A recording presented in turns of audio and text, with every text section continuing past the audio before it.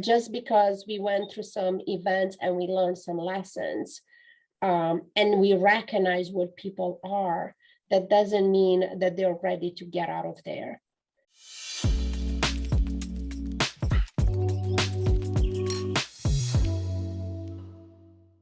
I will start saying, when you say, I don't have your confidence, or I don't have the confidence, I was not born the confidence, all that are just lies. Lies with capital letters. And I will prove you. I believe that we are all born with confidence, lots of it. And here's my proof.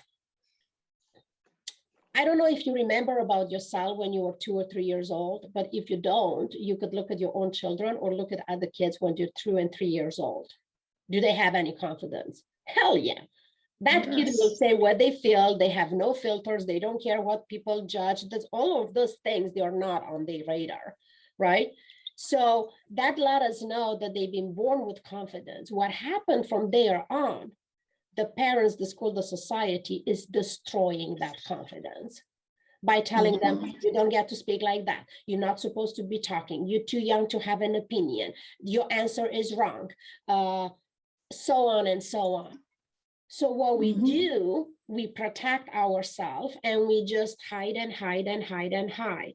And all those things are covering our confidence. The confidence is still there. It's bubbling. And you know how it's bubbling? Because you find yourself by yourself in a room and you say, oh, I wish I could have said that. I have the answer, but I didn't have the confidence to say it. It's your confidence bubbling inside and it's telling you, this is what you're supposed to be saying when she said this, when he said that. So you already have the answer. That's your proof that the confidence is there. So the work is to unpack to see what the hell happened.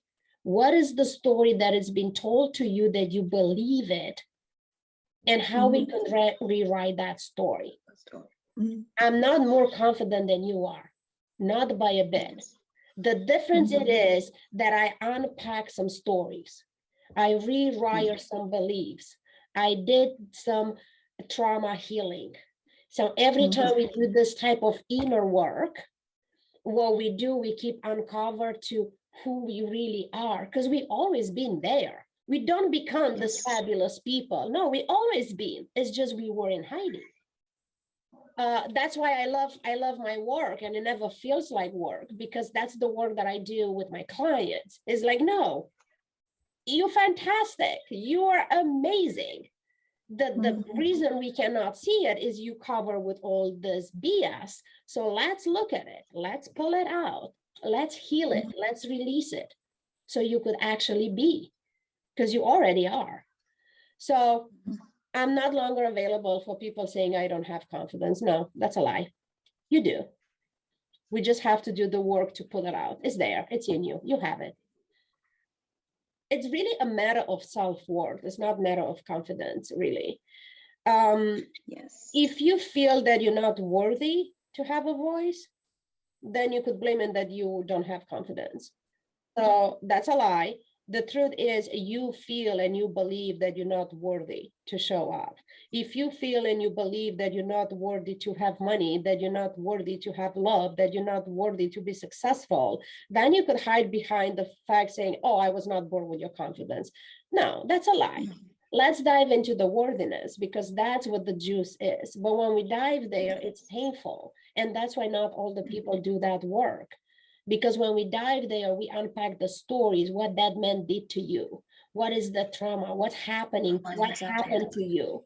And not everybody has, they don't do the work. Not everybody's ready to do the work. They're ready when they're ready. And some of them, they're never ready. So then they get to live the life saying, oh, I was not born with confidence. It's BS.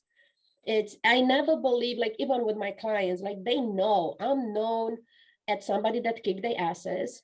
I have no patience for lies and BS or complaints, like none of that. And they know that. And it so much so that might say something. And as soon as they say it, it's like, oh, wait, you're going to tell me that that's a lie? I'm like, yep. And they already know that the things are coming up just as a protective mechanism out of habit. And it's like, Yeah. okay, so what else you got there? Let's go underneath. And I'm just like, still didn't feel it. And they're just looking at me, it's not this one. I say, nope. And then they go deeper. And we know where we touch it when the tears are coming out. And not to say that you could only do the work if you reach the pain, but to do say that you could only heal when you find it. You can't heal the pain that you don't find it. You can, it's that saying, you can't heal what you don't feel. You have to feel it so you could heal it.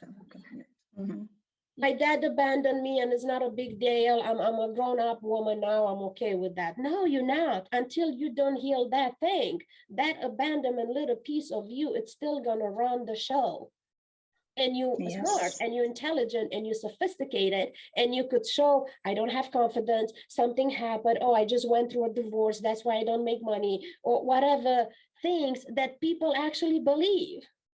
So as you say, yo, you traveled the world, because my belief was like, well, I need to find a job, to make a career, to make money, to save a lot of money, to make $1 million, and then I'm just gonna go and travel the world. And I'm like, why can I not travel the world now? While I'm doing these things. It's a decision. I still don't have $1 million, but I travel over 20 countries in less than 3 years. It's a decision. They told me that you can't have things until you don't do that. And I'm like, is that true? Is that really true? Let me test it out. Because remember, we were kids, and every time when we are fighting with parents or whatever, and we are not agreeing with what they say and what they do, we were fighting and say, hey, I cannot wait to grow up and do whatever the hell I want. And now you're here. You're an adult. Are you doing whatever the hell you want? No, why don't you? You can't blame on mom and dad anymore. To assume them all together is to honor that everyone is having their own experience. And just because we went through some events and we learned some lessons, and we recognize what people are, that doesn't mean that they're ready to get out of there. So ready when they're ready. And all we could do is to keep show up and keep showing them what's possible, and relate with them, have the audience relate with somebody's story. Because if you're a single parent,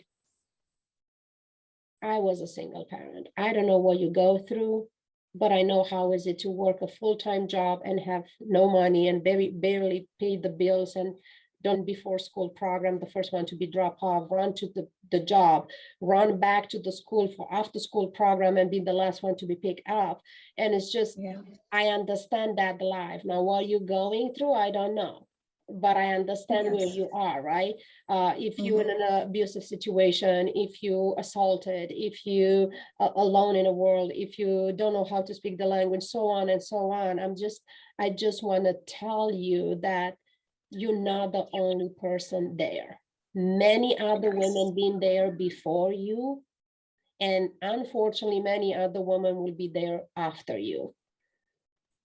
I want to hopefully, for the audience, for whatever I said, if you could only take one thing, apply it in your life and hold into that. And then come back to this recording and watch it again and take another thing that you are ready to hear. And it's okay if you're not ready to do it all. Like, no, it's okay. You do what you can.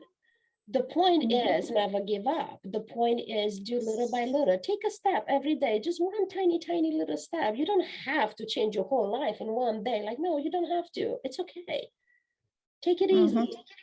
But we have access to the internet, and this is very powerful. We have access to content like this. We have access to books.